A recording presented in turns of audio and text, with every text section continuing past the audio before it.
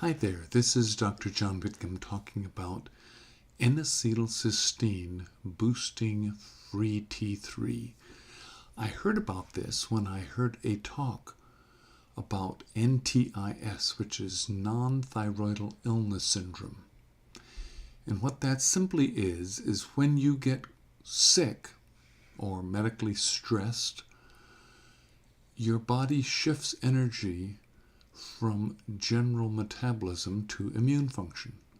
And what you see happening, and the way that happens, is you, instead of making free T3 from T4, T4, remember, is not your metabolic hormone. T3 is. But reverse T3 is the mirror image, and reverse T3 reverses T3.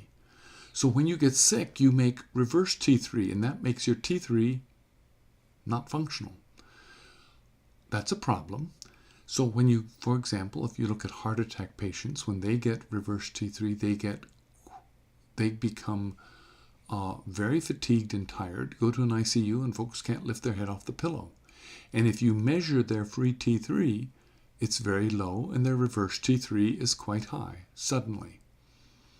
In Paleolithic times, that probably was useful, because if you got sick, you wanted to shift energy rapidly to immune function instead of natural function, so your body could hunker down and make it through that acute illness without the benefit of modern antibiotics and intensive care units.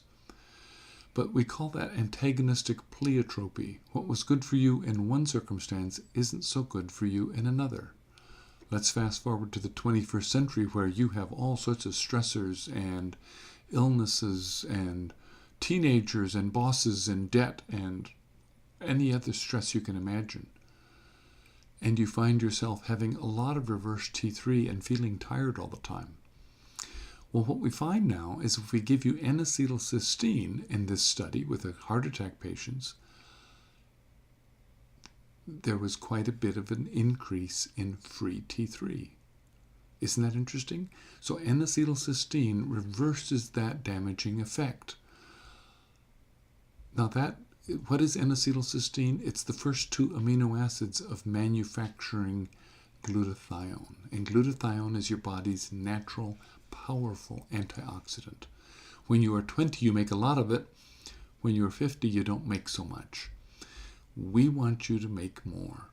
So N-acetylcysteine is probably the best precursor you can get. Maybe that's why Bredesen has it in his protocol for brain health. What will work for me? Well, this makes sense to me. We all want more glutathione, and particularly if we're over age 50. And the rate-limiting step is making the N-acetylcysteine. If you take it orally as a supplement, it works pretty well. Consider adding that to your daily regimen. This is Dr. John Whitcomb finishing up on News and Nutrition with N-acetylcysteine boosts free T3.